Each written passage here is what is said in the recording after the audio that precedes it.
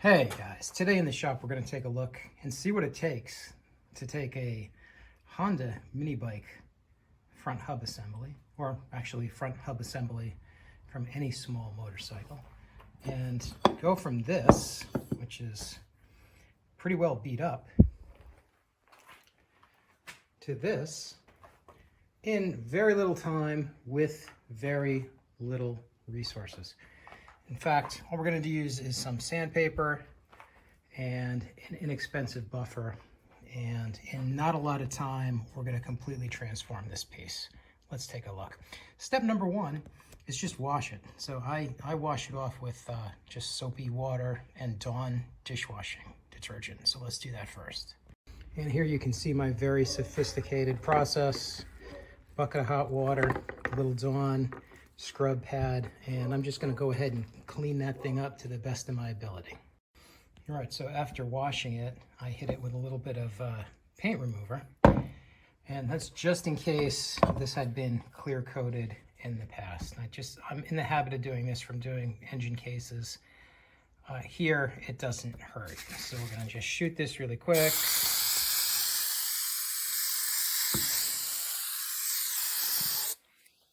And let that sit for a bit and wash it off again, then we'll really get started. And here we are with the back cleaned up. I just did that so that when I'm done, I can put the new brake shoes on and put it in the wheel.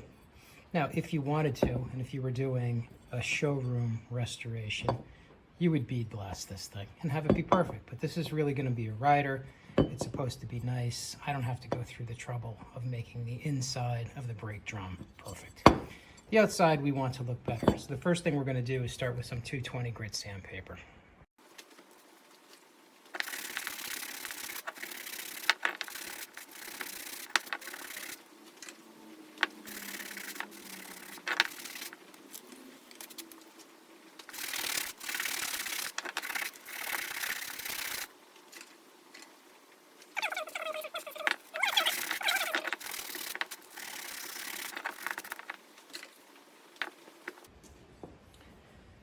At this stage, I also use my Dremel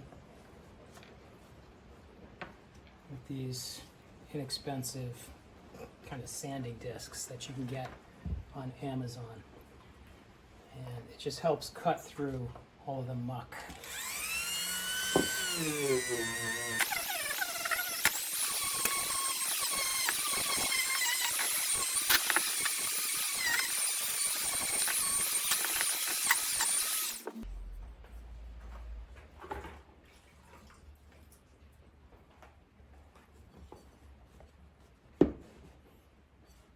Starting to look better already.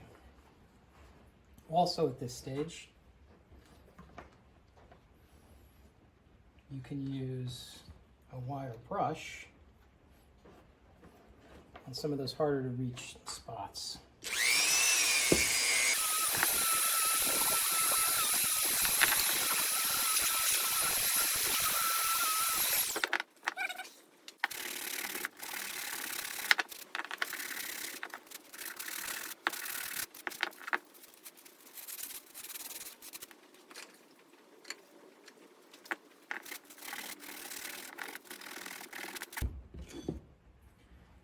Make sure when your sandpaper wears out, you throw it out, start with a new piece.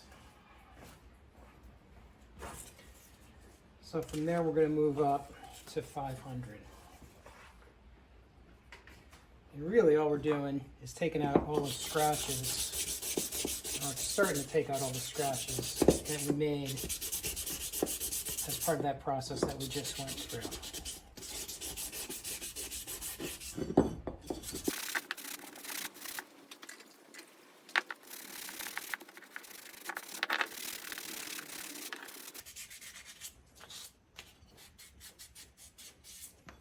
And then inevitably, as you go through this process, you're going to find areas where you have to go back and hit again with the 220.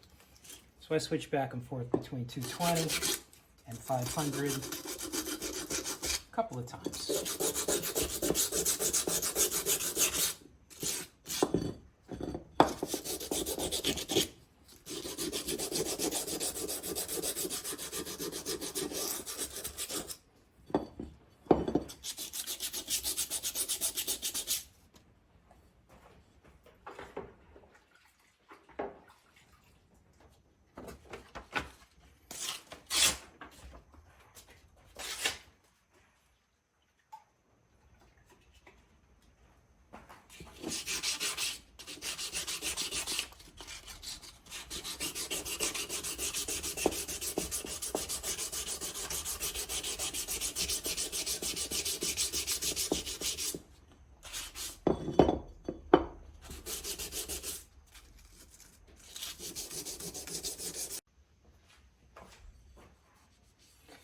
So you can sand as much as you like.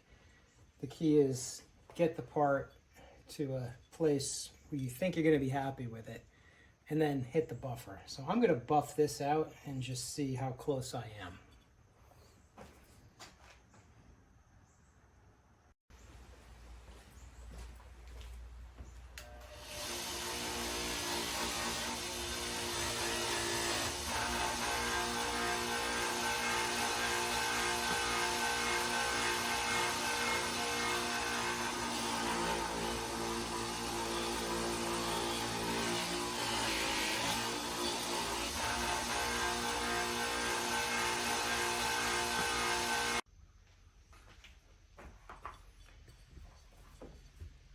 This is where I ended up. So it still has those little bit of those scratches in there that I'm not going to take out. Too deep, you know, not a mirror, but pretty close. Actually looks pretty good to me. And again, I want to keep it in character with the bike, not a concourse restoration, just cleaning it up to put it on the shelf. We'll put the brake parts together and then we'll take a look and see what it looks like on the wheel.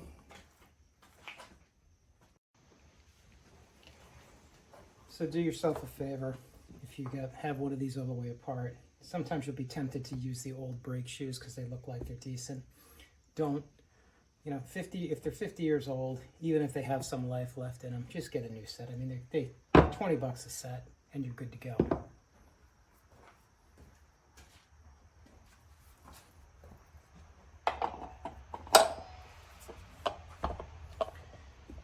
Not bad. Ready to go back on the bike.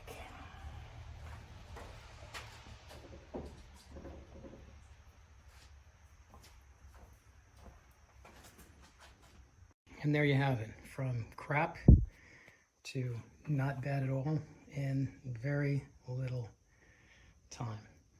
So still got to finish the paint on the tank, exhaust system ready to go, fork lowers ready to go, engine back in the frame. Frame not repainted, just cleaned up. Got a couple of little touch-up spots I'm going to do, but otherwise, you know, keeping it the way that it is. I think the engine came out nice. And pretty soon we're going to have this thing back together. Stay tuned, guys.